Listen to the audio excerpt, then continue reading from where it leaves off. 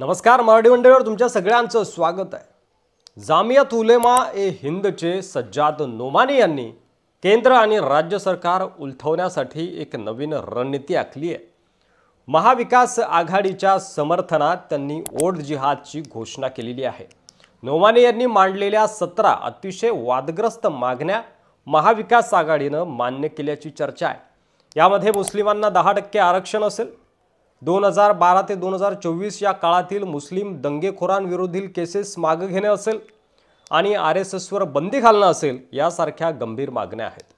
यावरून महाविकास आघाडी मतांसाठी किती लाचार झाली आहे हे स्पष्ट होतंय, अशी देखील चर्चा आता गल्लीबोळात सुरू आहे। सेक्युलरिझमचा मुखवटा लावून महाविकास आघाडीने आपलं खरं स्वरूप दाखवायला आता सुरुवात केली आहे का, असा प्रश्न देखील विचारला जातोय। नोमानी यांनी भाजपला मत देणाऱ्या मुस्लिमांना शोधून त्यांचा बहिष्कार करण्याची उघड धमकी देखील दिलेली आहे। लोकशाही पुरोगामी विचारसरणीची गप्पा मारणाऱ्या महाविकास आघाडीला यात आता काहीही गैर वाटत नाही का, असाही प्रश्न उपस्थित राहतोय आणि यामुळे महाविकास आघाडीची दुटप्पी भूमिका समोर आली आहे, अशी आता चर्चा आहे। सज्जाद नोमानी यांच्या वक्तव्यामुळे उद्धव ठाकरे, शरद पवार आणि राहुल गांधी हे ओढ जिहादचे प्रमुख नेते आणि समर्थक असल्याचे स्पष्ट होतंय, अशी देखील टीका आता यांच्यावर केली जाते।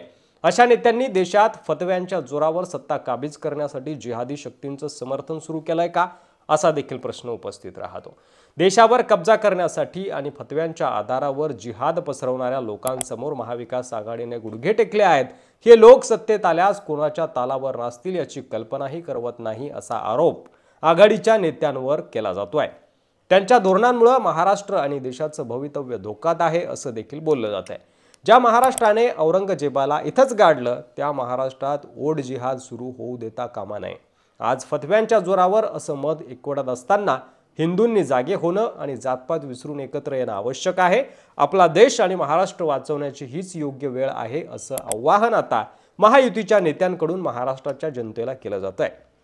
या सगळ्या विषयावर तुम्हाला काय वाटतंय, तुमचं मत कमेंट बॉक्समध्ये लिहायला विसरू नका। व्हिडिओ जर आवडला असेल तर जास्तीत जास्त शेअर करा, चॅनलवर नवीन असाल तर सबस्क्राईब करा। धन्यवाद।